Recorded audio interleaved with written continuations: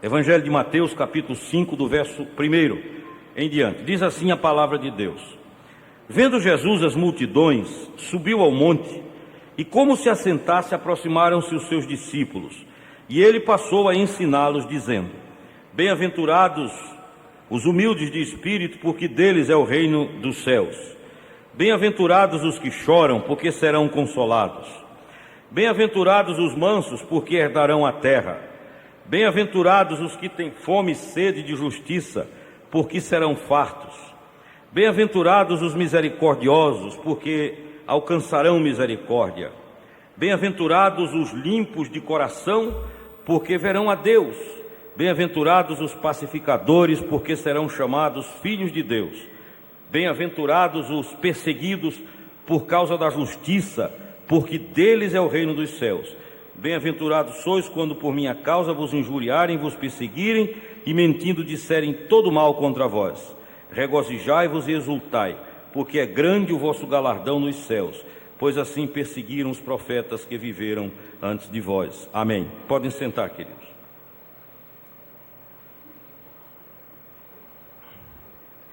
Amados irmãos, todos aqui com certeza já leram e conhecem o Sermão do Monte, que está contido nos capítulos 5, 6 e 7 do Evangelho de Mateus, e depois de uma forma mais rápida lá no Evangelho de Lucas. Uma das partes mais repetidas e conhecidas do Sermão do Monte é esta que nós acabamos de ler, a que é referente às bem-aventuranças. Mas antes de comentar alguma coisa sobre estas bem-aventuranças, é interessante notarmos duas coisas curiosas que acontecem no início desse capítulo. Em primeiro lugar, diz o verso 1, que quando Jesus se assentou, então as multidões chegaram. E isso nos ensina que naqueles dias, naquela época, na cultura oriental, ao contrário de hoje, quem ia dar uma aula, ao invés de ficar de pé, se assentava. Os professores ministravam sentados. Por isso que veio daí a palavra cátedra, e daí a palavra catedrático. Catedrático é o que sentava na cátedra, e o que sentava na cátedra era aquele que ministrava as aulas. Por isso também que a Bíblia registra que Saulo, depois que converteu-se, deu o testemunho de que quando era um fariseu zeloso, aprendeu aos pés de Gamaliel. E esta expressão aos pés nos ensina que Gamaliel ministrava suas aulas também sentado.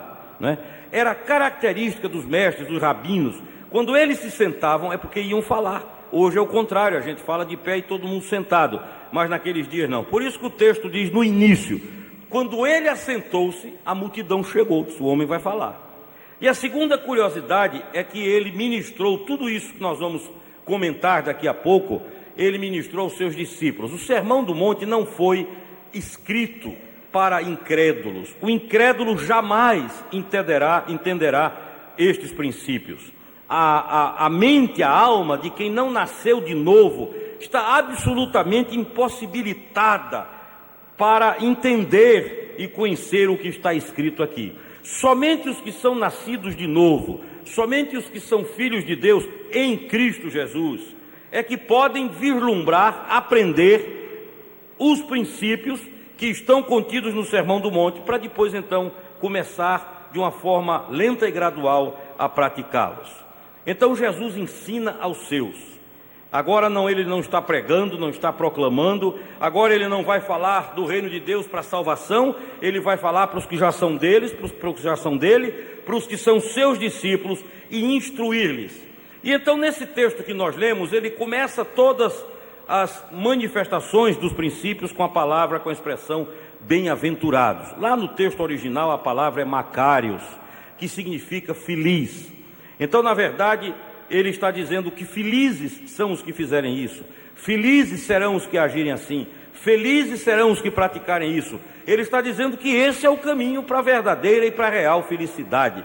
Não há outra forma de se conseguir a felicidade a não ser na observância destes princípios. E eu quero rapidamente comentar algumas coisas sobre estas bem-aventuranças. A primeira delas diz aí no verso 3: bem-aventurados os humildes de espírito. algumas traduções dizem os pobres de espírito, porque deles é o reino dos céus. Em primeiro lugar, quando diz reino dos céus, é a mesma coisa de reino de Deus, tanto faz, porque os céus e a terra pertencem ao Senhor. Em segundo lugar, quando a Bíblia diz humildes de espírito, não se deve confundir com o sentido popular de pobres de espírito. Se você chegar hoje no mundo e disser fulano é pobre de espírito, você estará dizendo que ele é uma pessoa desmotivada, sem recursos, até mesmo intelectuais, e muitas vezes mesquinha, né? De uma mesquinhez horrorosa. Entretanto, a palavra pobres de espírito, a expressão humildes de espírito, no contexto da Bíblia, ela se refere àqueles crentes que não se julgam suficientemente ricos para se justificarem diante de Deus.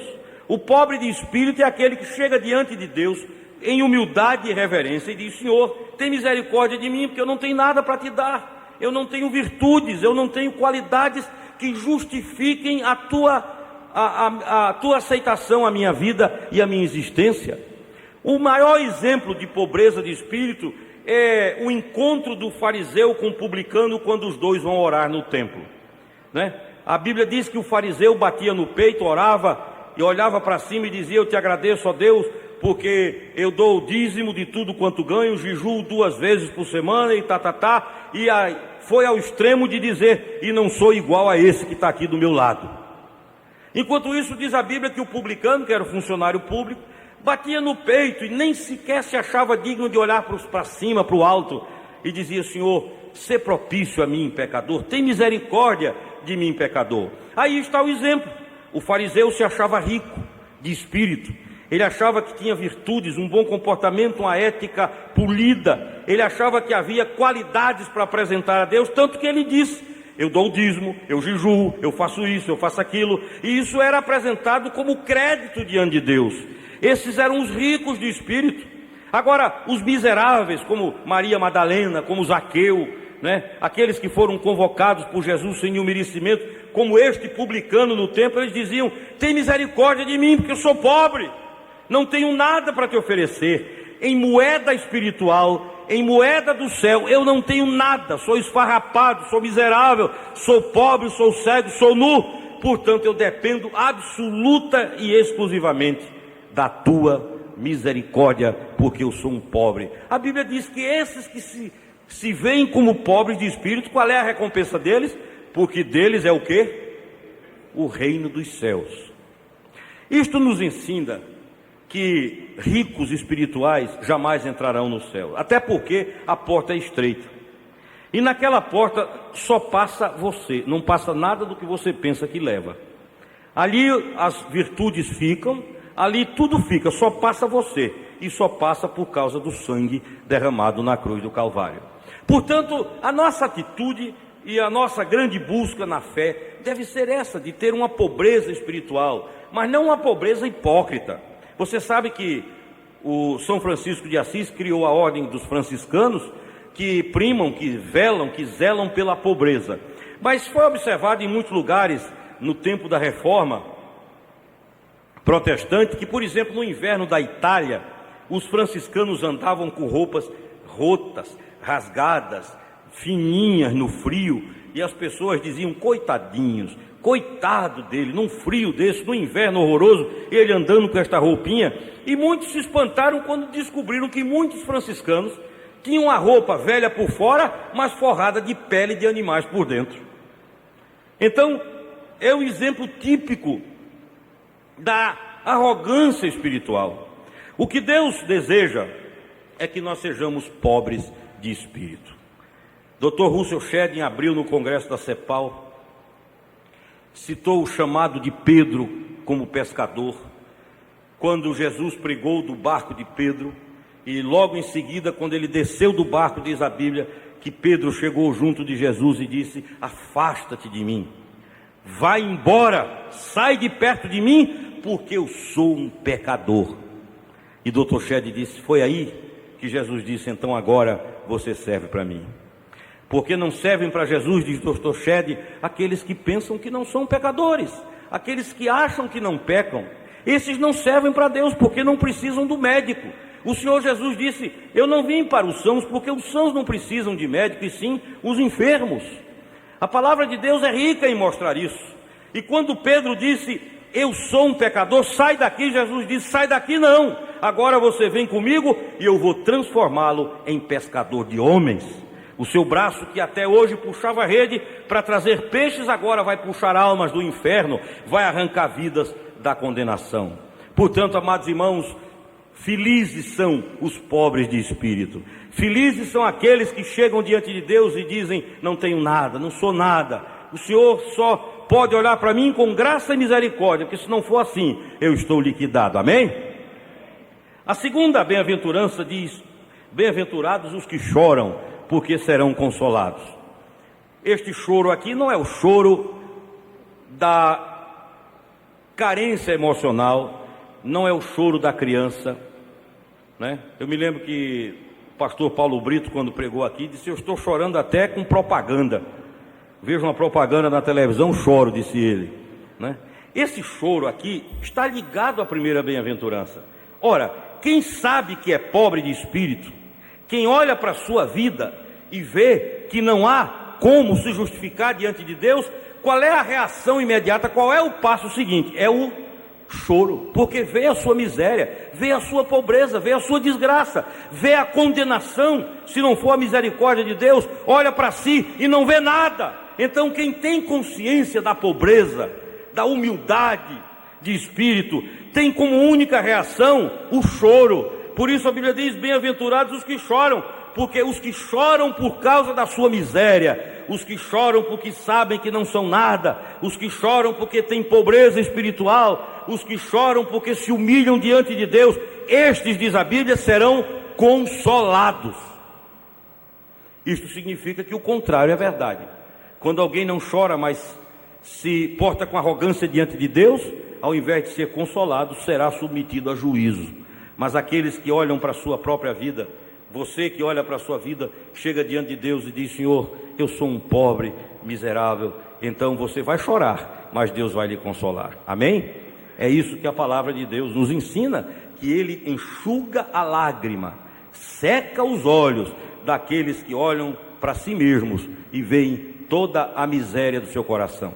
Algumas vezes as pessoas, nós somos tentados a pegar certos aspectos da vida onde não somos frágeis e queremos apresentar a Deus como fortalezas da nossa vida, como obras de justiça. Mas Isaías foi muito claro quando ele disse que toda a nossa justiça para Deus é como o quê?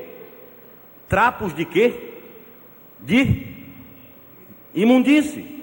Ora, já bastaria ser trapo para não ser nada, mas além de ser trapo, ainda assim é trapo de imundície. E imundície aqui, que a Bíblia fala, não é sujeira do ambiente, não é poeira, não é sujeira arrancada porque estava num lugar sujo. Imundície aqui é aquilo que a lei de Moisés considera imundo. Então, os trapos que eram considerados imundos, porque eram imundos segundo a lei de Moisés, então eram amaldiçoados. Isaías diz que a nossa justiça diante de Deus é como se você pegasse trapos amaldiçoados, trapos que a lei condena, trapos que a lei diz que são imundos, e chegasse diante de Deus e dissesse: tudo o que eu faço de bom e tudo o que eu penso que sou é isso aqui. Os que olham para a sua vida assim, diz a Bíblia, eles serão consolados pelo Espírito Santo de Deus. Glória ao Senhor por isso. Em terceiro lugar, diz o verso 5: felizes ou bem-aventurados os mansos, porque herdarão a terra. É mais uma consequência, porque quem é pobre de espírito chora, e quem chora reconhecendo que é pobre é manso, né? E a palavra manso aqui não é passividade, mas a palavra manso é cavalheirismo. Isso é, baixa a bola. Ele já não tem uma forma, digamos, definitiva de julgar a vida do outro, porque antes de olhar para o argueiro do outro, ele vê a trave no seu olho. E quando ele tem capacidade de ver a trave, e esses dias eu estava estudando para dar uma aula e vi que essa palavra trave no texto original era a mesma palavra usada para as vigas que foram usadas na construção do templo de Salomão. Então veja você o tamanho da trave que Jesus está dizendo. E o princípio é que não se pode olhar para o argueiro sem antes tirar a trave. E tirar a trave não é uma tarefa fácil, até mesmo por causa do tamanho, da dimensão que Jesus de Nazaré deu a elas. Então a Bíblia diz: olhe para a sua pobreza, chore a sua pobreza, e se você chorar a sua pobreza, você vai se tornar uma pessoa mansa, tratável, compreensiva com as dores do outro, né? Uma vez um pregador disse que o que falta a algumas pessoas é um pouco de tragédia, para entenderem a tragédia dos outros, um pouco de sofrimento para entender o sofrimento. E isso é um princípio bíblico, porque a palavra de Deus nos diz que Jesus, pelo que sofreu, sabe e conhece todo o nosso sofrimento, né? Hebreus capítulo 4 diz que nós podemos chegar ao trono da graça para alcançar misericórdia em tempo oportuno, porque nós estamos nos dirigindo a um sumo sacerdote, que é Jesus, que padeceu, passou pelo que nós passamos, sofreu o que nós sofremos e muito mais. Então ele sabe. Toda vez que você chega diante de Jesus chorando, quebrantado, para contar o seu drama, o seu problema, o seu fracasso, ele sabe, ele conhece, ele entende, e por isso a Bíblia diz que ele se compadece. A palavra compadecer-se significa padecer com, sofrer com, estar junto na agonia e no sofrimento. Por isso, amados irmãos, quem é pobre de espírito chora a sua pobreza, e depois que chora a sua pobreza, baixa a peteca, baixa a bola e olha para o outro com compaixão e com misericórdia. Amém? Vejam como a coisa é toda ligada uma à outra. A quarta bem-aventurança diz: bem-aventurados os que têm fome e sede de justiça, porque serão fartos. Ora, é outra consequência, porque quem é pobre de espírito e chora a sua pobreza e torna-se manso para com os outros, passa a ter fome dessa justiça de Deus. E essa justiça aqui não é aquela justiça que os muçulmanos pregam, não é? Você sabe que no mundo muçulmano a lei é de olho por olho, dente por dente. João estava contando que ouviu testemunhos agora no Ragai de pastores que pregam em países muçulmanos. Diz que a quantidade de pessoas sem as mãos, com as mãos cortadas, é muito grande, porque o ladrão nos países muçulmanos é punido assim: roubou, tem a mão cortada. Digamos que você faça um mal a um filho meu, a lei muçulmana me autoriza a fazer um mal ao seu filho, e para ele só há justiça quando a coisa é feita no mesmo nível. Então, se você destrói alguém, você terá que ser destruído. Se você dá um murro na cara de alguém, você terá que ser esmurrado. E para ele só aí haverá justiça. O que foi que Jesus de Nazaré fez? Introduziu um novo conceito, que para o muçulmano é escandaloso, que para o muçulmano é absurdo. Jesus disse: se o teu inimigo tiver fome, dá-lhe. Se o teu inimigo tiver sede, dá-lhe. Se alguém te obrigar a andar 1 milha, vai com ele 2. Se alguém te levar a túnica, dá-lhe também a capa. Dá o que te pede, não voltes as costas ao que te roga. Se alguém te bater numa face, oferece-lhe também a... Isso para o muçulmano é um escândalo. Isso para quem vive a justiça legalista do olho por olho, dente por dente, é um absurdo. Mas acontece que é isso que faz a diferença do cristianismo. O cristianismo é o princípio de fé no mundo único que diz que quanto menos se merece, mais se deve ter. Essa ideia Jesus introduziu. Mas Senhor, ele não merece, então dá, é amor. Porque se ele merecer, não é amor, é direito, né? A história conta que uma vez Napoleão mandou fuzilar um soldado, e a mãe desse soldado chegou na hora do fuzilamento, uma velhinha, pedindo clemência: tenha misericórdia do meu filho. Napoleão disse: mas a senhora sabe, seu filho é um desertor, é um bandido, é um miserável, vai ser fuzilado, ele não presta.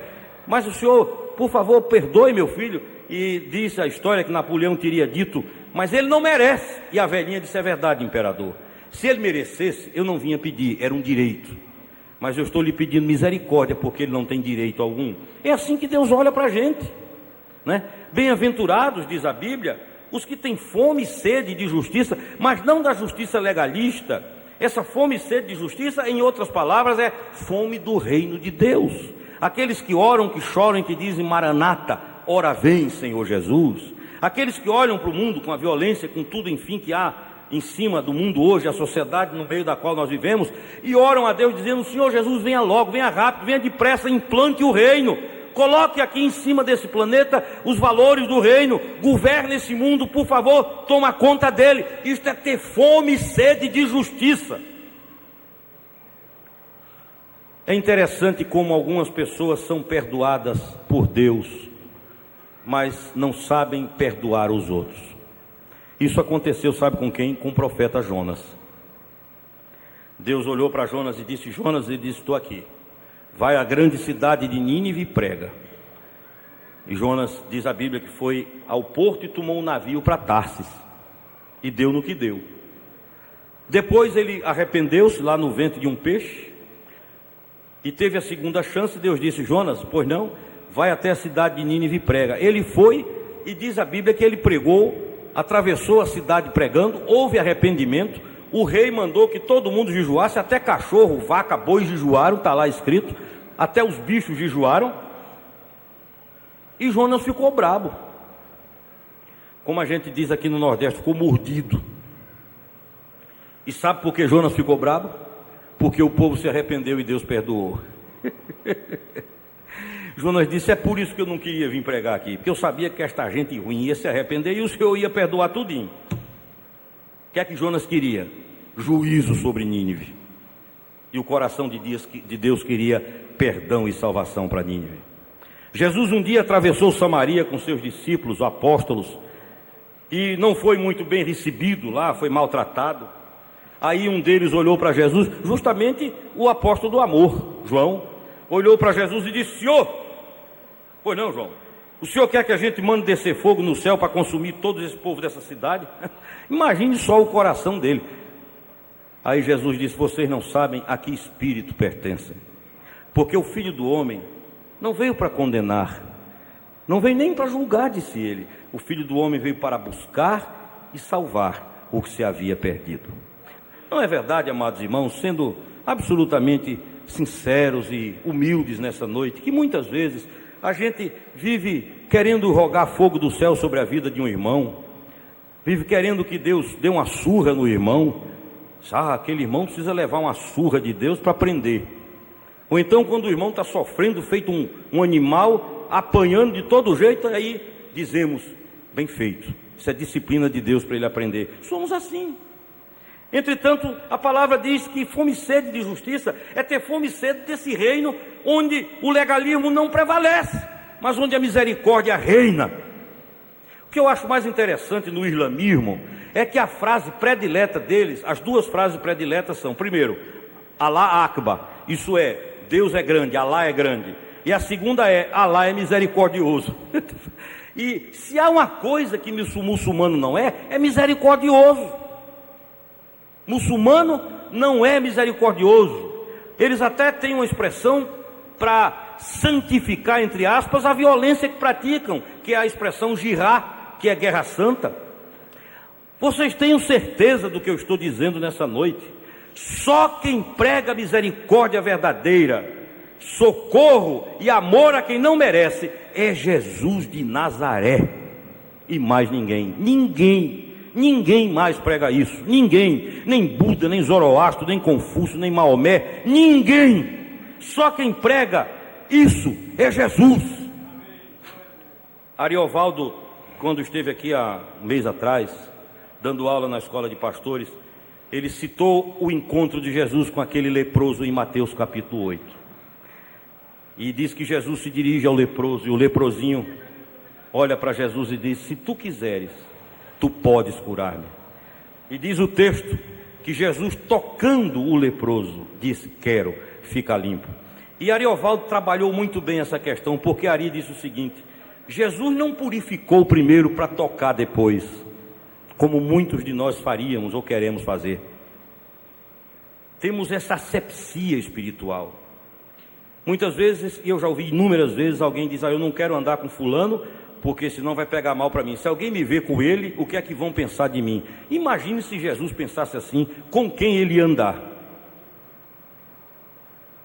E disse Ari, ele fez com o leproso exatamente o contrário. ele primeiro toca o sujo para depois limpar. E disse Ariovaldo com muita propriedade: aquele toque, quando o leproso se viu tocado, imundo, porque se Jesus toca depois de curar, era normal, todo mundo tocava, até um fariseu. Mas o fato de Jesus tocar nele, sujo, imundo, chagado, disse Ariovaldo, levantou a autoestima do leproso. Fez o leprosinho dizer: alguém gosta de mim, do jeito que eu sou. Porque depois de curado, todo mundo ia querer abraçar o leproso. Amados irmãos, essa é a característica de Jesus de Nazaré. Tocar os que não são tocados, abraçar os que são impuros. E a gente descobre que ele andou com pessoas. Eu disse um dia desse pregando lá em Maceió, digo, Jesus andou com pessoas que certamente não poderiam ser membros de uma igreja cristã hoje em dia. E a igreja certamente anda com pessoas que Jesus jamais se acompanharia, porque ele nunca teve atrito com pecadores, mas teve com fariseus, que eram religiosos. Ele sempre teve braços e asas para aninhar e proteger os desprovidos da graça desse mundo. Mas quando você não vê um caso de Jesus se entendendo com um fariseu. O único que ainda conseguiu levar um papo com ele foi Nicodemos. Mas mesmo assim a coisa engrossou, porque chegou uma hora que Jesus, lá no verso 16, usou uma partícula grega que é gar, que os tradutores dizem que a melhor expressão para traduzir é ora bolas. O Senhor encheu, disse: tá bom, não aguento mais, né? Pare com essa ladainha sua de fariseu. Bem-aventurados os que têm fome e sede de justiça, mas justiça do reino de Deus, amém? Que é a justiça que ele nos deu. Mas diz a Bíblia ainda: bem-aventurados os misericordiosos, porque alcançarão misericórdia. E aqui a Bíblia estabelece uma regra de 3 direta, impressionante. Ora, o que ela está me dizendo aqui é que a misericórdia será proporcionalmente aplicada à minha vida à medida em que eu for misericordioso. Isso é um ciclo de retroalimentação. Eu exerço misericórdia, então sou misericordioso. Eu conheci um rapaz que é piloto do governador em Porto Alegre, e esse rapaz, um jovem ainda, mas era extremamente admirado no meio evangélico por sua capacidade de exercer misericórdia. Todo mundo comentava a respeito dele, dizendo: nunca vimos uma pessoa tão misericordiosa, e não só isso, mas que tem prazer em exercer misericórdia como Dudu. Mas um dia ele precisou de misericórdia, e o que aconteceu foi que naquele dia que ele precisou de misericórdia, a quantidade de gente que exerceu misericórdia foi uma coisa impressionante. E ele olhou para mim e disse: agora eu entendo porque a Bíblia diz que os misericordiosos alcançarão misericórdia. Porque ele disse: toda a misericórdia que eu possa ter dado, hoje voltou, retornou, veio para mim, de uma forma muito mais ampla, porque era eu sozinho exercendo, e agora muitos exerceram misericórdia sobre mim. E você sabia que misericórdia é um dom do Espírito? A gente pensa que dom do Espírito é só profetizar, falar língua, ter visão. Abra aí sua Bíblia, em Romanos capítulo 12, Romanos 12, do verso 6 em diante. Romanos capítulo 12, do verso 6 em diante, diz assim: tendo, porém, diferentes o quê? O que é que diz aí? Tendo, porém, diferentes, alto, dons. Tendo, porém, diferentes dons, segundo a graça que nos foi dada. Aí vem o primeiro dom que ele diz aqui: se profecia, se é o dom de profecia, seja segundo a proporção da fé. Claro, ninguém pode profetizar além do que crê. Se ministério, dediquemo-nos ao ministério. Se o dom é de ensino, esmere-se no fazê-lo. Se o dom é de exortar, quer dizer, até para exortar é dom. Façam com dedicação. O que contribui com liberalidade, o que preside com diligência. Quem exerce o quê? O quê? Faça com alegria. Então esse texto de Romanos deixa claro que a misericórdia é um dom do Espírito Santo. Claro, porque Satanás jamais vai dar misericórdia a ninguém. Tem umas coisas, Carmen diz, e é muito próprio o que ela diz, tem coisas que você não precisa ter discernimento para saber que é do diabo, que não é do diabo ou que é do diabo. Por exemplo, se alguém é misericordioso, você já sabe que do diabo não é, porque esse espírito maligno chamado Lúcifer nunca foi nem jamais será misericordioso. Então, se a pessoa é misericordiosa, ou é por um dom do Espírito Santo ou por uma qualidade do caráter. Amém? Então não há discernimento. Agora, o que a Bíblia me ensina é que há uma misericórdia que é dom, e quando eu exercer essa misericórdia, eu devo fazê-lo com alegria, e não fazer como quem faz na marra, e depois sair reclamando, eu fui misericordioso. Não, a misericórdia é um dom que deve funcionar, diz a Bíblia, com muita alegria. E os misericordiosos alcançarão misericórdia em 2 níveis, na terra e do alto. Deus é um Deus de misericórdia. E Tiago diz que a misericórdia triunfa sobre o juízo. Todos os juízos, sejam nacionais ou pessoais, que acontecem na Bíblia, terminam em misericórdia, porque Jeová é Deus de misericórdia. E Ele tem prazer na misericórdia. Por isso Ele diz aqui, bem-aventurados, felizes os misericordiosos, porque além de exercerem o dom do Espírito, no final alcançarão o quê? Misericórdia. E em Mateus capítulo 7 isso está claro, né? Quando chegar o dia do juízo final, disse Jesus que muitos vão chegar lá e vão dizer, eu falei língua, profetizei, expulsei demônios, papapá, fiz milagres em teu nome. Jesus vai dizer o que a esses carismáticos, muitas vezes? Apartai-vos de mim, malditos, para o fogo eterno, todos vós que praticais a iniquidade. E aí ele disse, mas senhor, não, porque eu tive fome, vocês não me deram de comer, tive sede, não me deram de beber, aí vai. Mas quando foi que isso aconteceu? Todas as vezes que vocês deixaram de fazer a um desses pequeninos. Ou seja, deixaram de exercer a misericórdia. Quem é misericordioso vai ter atenuantes extraordinárias no juízo. Quem não é, vai ter agravantes. Aí o verso 8 diz, bem-aventurados os limpos de coração. Esta limpeza, presta atenção, esta limpeza, você pode ler esse texto e dizer, bom, limpo de coração é quem não peca. Aí é que está o erro. Limpo de coração é o sincero. Limpeza de coração refere-se à sinceridade, à franqueza. À medida que na vida cristã Deus vai nos ensinando, porque há muitos irmãos que têm a ilusão de que já estão formados na escola de Deus. Eu acho interessante porque a Bíblia diz o seguinte, quando a gente tiver feito tudo que é para fazer, tudo, não faltar mais nada, disser assim, consumatum est,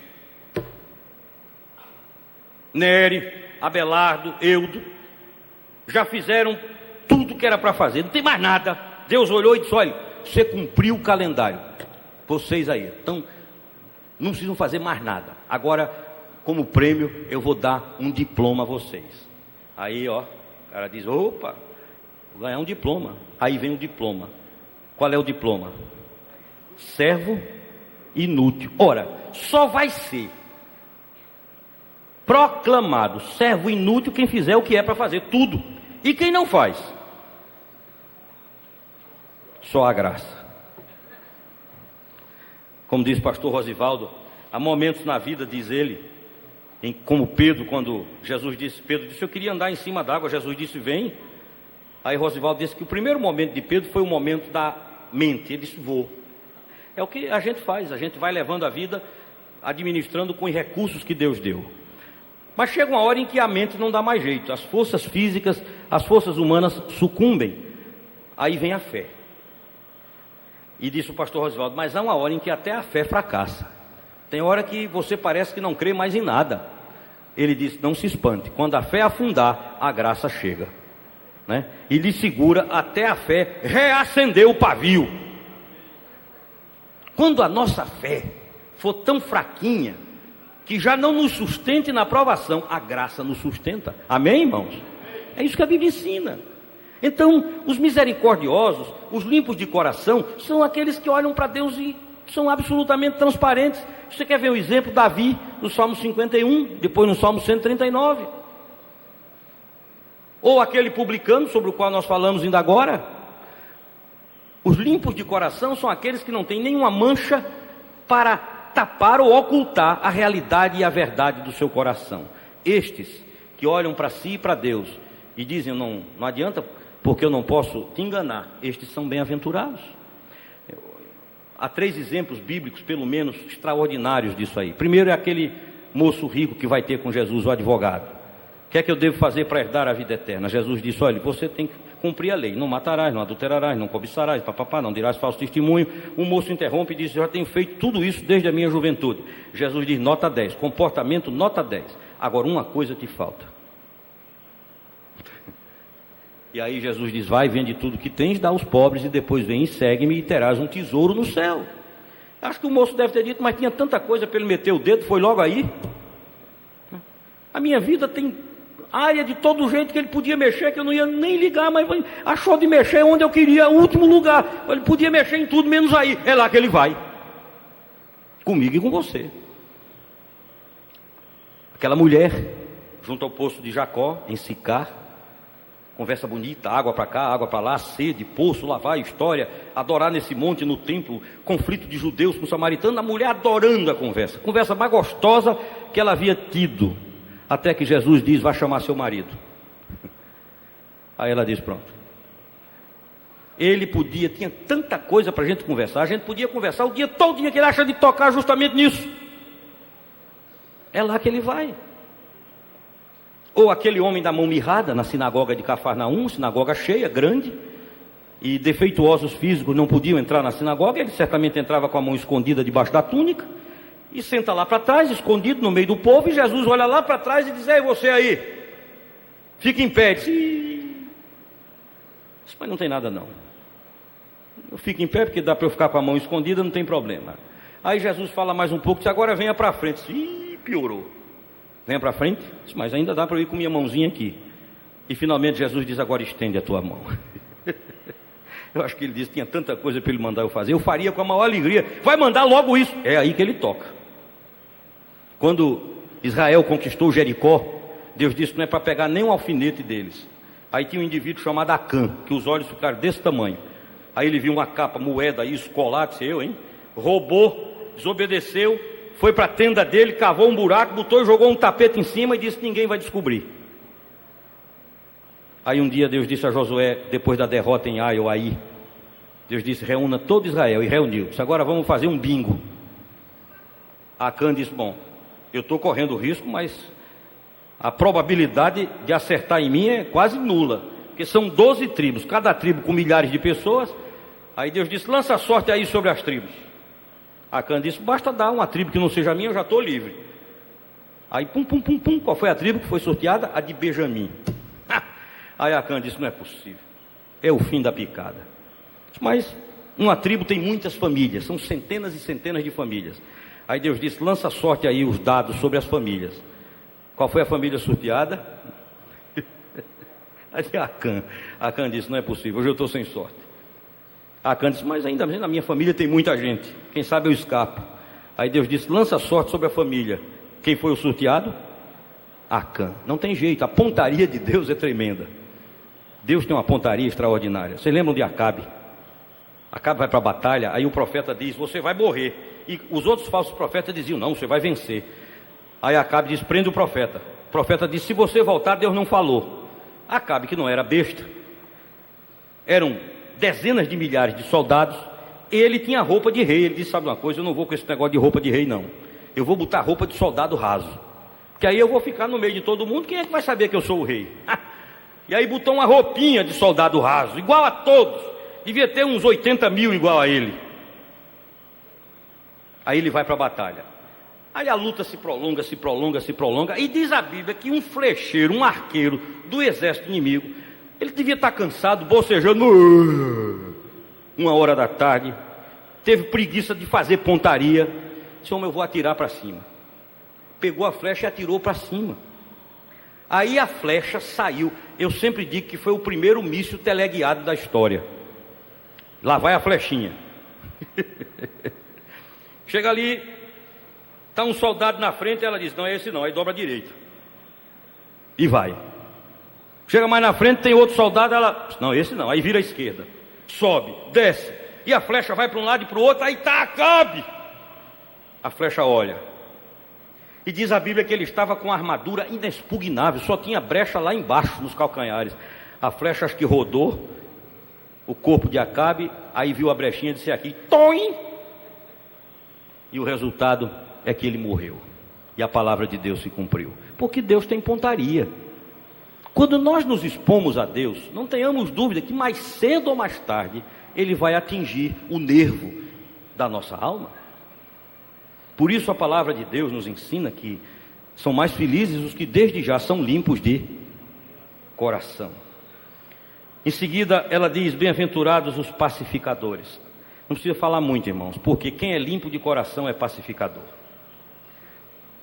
Quem é promotor de discórdia é quem é sujo de coração. Mas os limpos de coração são produtores de paz, amém? Ele chega onde há contenda e promove a paz. Ele chega onde há guerra e promove a paz. Porque essa é uma característica própria de quem é limpo de coração. Todas as pessoas limpas de coração detestam o ódio, detestam a contenda, as porfias, as facções. Os limpos de coração produzem paz, louvado seja Deus.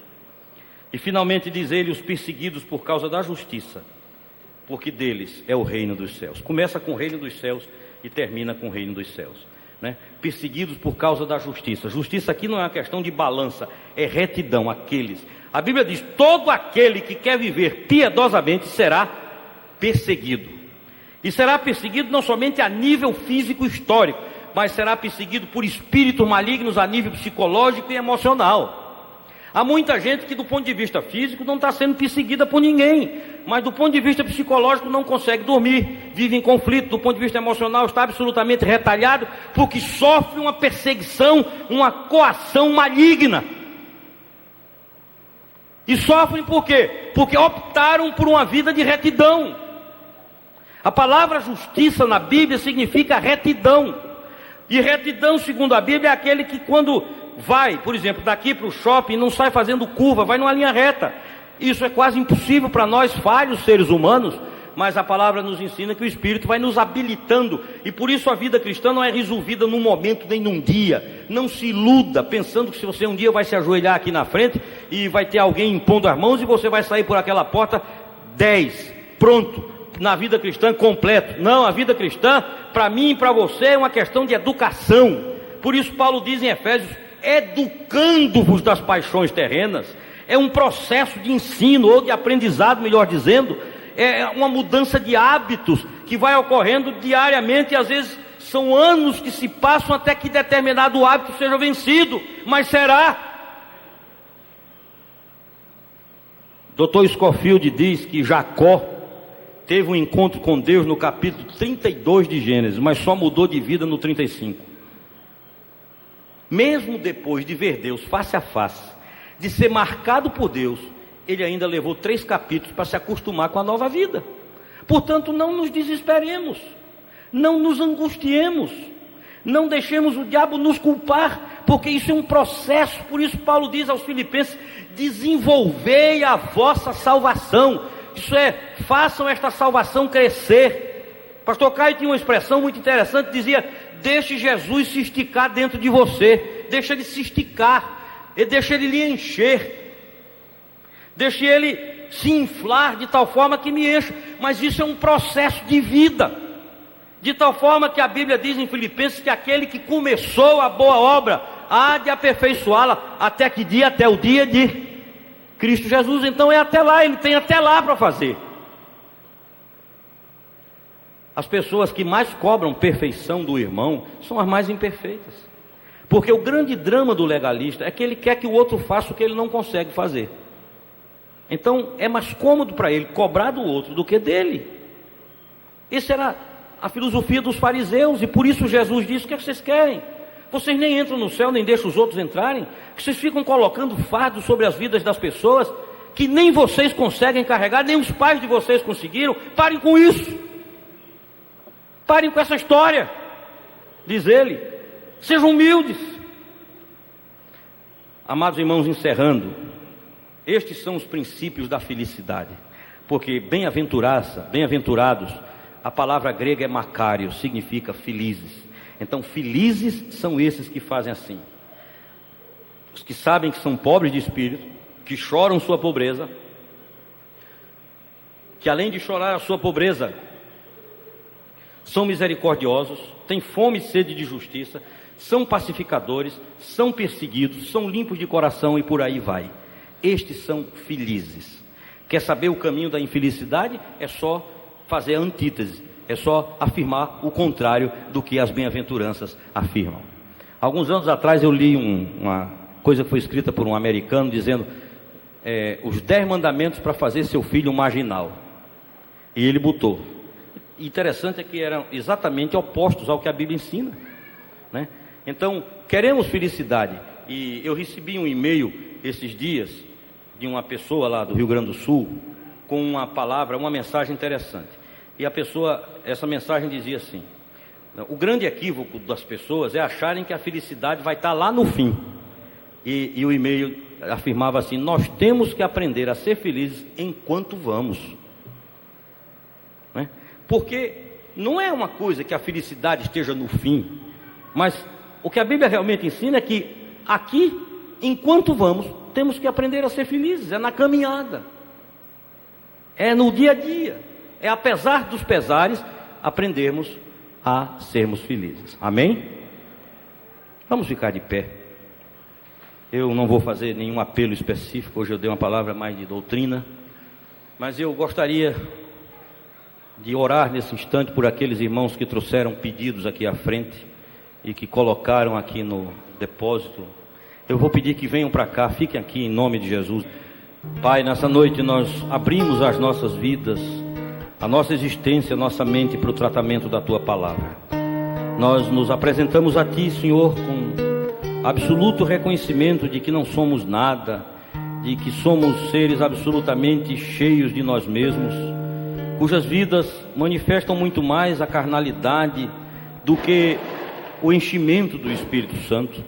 Mas nessa noite nós chegamos à Tua presença para rogar que Tu, por misericórdia, nos socorras e que Teu Espírito dia a dia construa em nós a face de Jesus de Nazaré, que nós sejamos por Ti educados das paixões terrenas. Senhor, tem misericórdia de nós, socorre-nos, ó Pai, venha ao nosso encontro nessa noite e dá que de alguma forma nós possamos ver estes princípios das bem-aventuranças tornando-se carne, sangue, músculos, realidade e vida nas nossas vidas. Eu te peço que todos aqueles cujas vidas estão aqui na frente depositadas no Teu altar, sejam impactados não por mim, mas pela Tua Palavra, atingidos pelo Espírito Santo, que é quem produz resultados para a vida. Nós Te rogamos por esses pedidos que foram colocados aqui e que foram queimados. Sabemos que o Teu poder também os destruiu, todos os problemas, melhor dizendo, que estavam impressos nesses pedidos.